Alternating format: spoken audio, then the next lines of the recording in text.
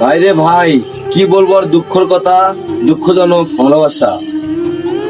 দেখেন, সিন্ডিকেটের শেষ নেই। বাংলাদেশের সিন্ডিকেট করবে বিদায় এরকম তেলের জাম, এত কিছু। এখন তো জাম শেষ হয় নাই। এক রাতের ভিতরে 15 টাকা লিটার প্রতি তেলের দাম বেড়ে গেল। আমাদের গাড়ি ভাড়া তো কেউ বেশি দিচ্ছে না।